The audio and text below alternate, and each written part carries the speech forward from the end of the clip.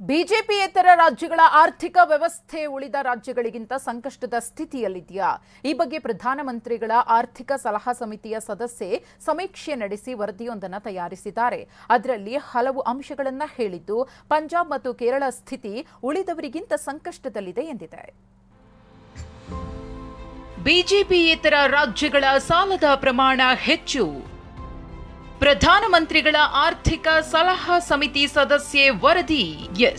ಕರ್ನಾಟಕದಲ್ಲಿ ಗ್ಯಾರಂಟಿ ಯೋಜನೆಗಳು ಜಾರಿಗೆ ಬಂದ ಮೇಲೆ ದೇಶಾದ್ಯಂತ ಆರ್ಥಿಕ ವ್ಯವಸ್ಥೆ ಆಯವ್ಯಯದ ಲೆಕ್ಕಾಚಾರಗಳು ಭಾರಿ ಚರ್ಚೆಗೆ ಗ್ರಾಸವಾಗಿದೆ. ಅದರಲ್ಲೂ ರಾಜ್ಯ ಸರ್ಕಾರಗಳ ಬಜೆಟ್ಗಳು ಮತ್ತು ಖರ್ಚು ವೆಚ್ಚಗಳ ಬಗ್ಗೆ ಆರ್ಥಿಕ ತಜ್ಞರು ತಮ್ಮದೇ ಆದ ವಿಚಾರಗಳನ್ನು ಮಂಡಿಸುತ್ತಲೇ ಇದ್ದಾರೆ.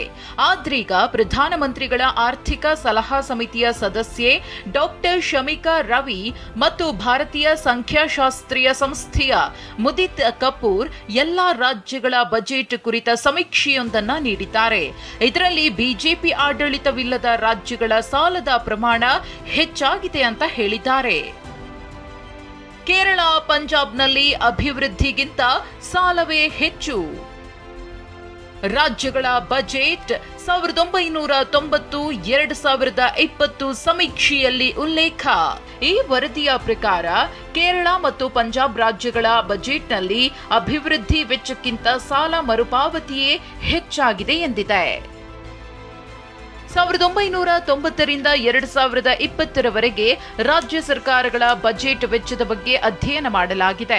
ರಾಜ್ಯಗಳ ಬಜೆಟ್ಗಳಲ್ಲಿ ಅಭಿವೃದ್ಧಿ ವೆಚ್ಚ ಅಥವಾ ಅಭಿವೃದ್ಧಿಯೇತರ ವೆಚ್ಚದ ವಿವರಣೆಯನ್ನ ಈ ವರದಿಯಲ್ಲಿ ನೀಡಲಾಗಿದೆ. ಉತ್ತಮ ಆರ್ಥಿಕತೆ ಎಂದು ಹೇಳಲು ಅಭಿವೃದ್ಧಿ ವೆಚ್ಚ ಹೆಚ್ಚಾಗಿರಬೇಕು ಅನ್ನೋ ಮಾನದಂಡ ಈ ವರದಿಯದ್ದು. ಅಭಿವೃದ್ಧಿ ವೆಚ್ಚ ಅಂದ್ರೆ ಆರೋಗ್ಯ, ಶಿಕ್ಷಣ, ಸಾರಿಗೆ ಮತ್ತು ಮೂಲ ಸೌಕರ್ಯ ರೀತಿಯ ಕ್ಷೇತ್ರಗಳಲ್ಲಿ ಬಜೆಟ್ ಹಣ ಮೀಸಲಿಡೋದು.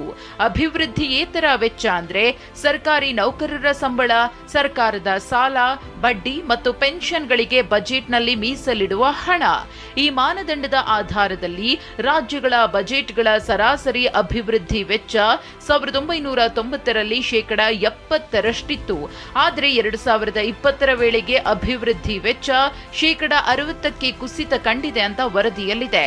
ಇನ್ನು ಬಹುತೇಕ ದೊಡ್ಡ ರಾಜ್ಯಗಳ ಬಜೆಟ್ಗಳಲ್ಲಿ ಅಭಿವೃದ್ಧಿ ವೆಚ್ಚದ ಪ್ರಮಾಣ 50%ಕ್ಕಿಂತ ಹೆಚ್ಚಾಗಿದ್ರೆ, ಪಂಜಾಬ್ ಮತ್ತು ಕೇರಳ ರಾಜ್ಯಗಳಲ್ಲಿ ಮಾತ್ರ 50%ಕ್ಕಿಂತ ಕಡಿಮೆ ಇದೆ ಅಂತ ಶಮಿಕಾ ರವಿ, ಮುದಿತ್ ಕಪೂರ್ ವರದಿ ನೀಡಿದ್ದಾರೆ.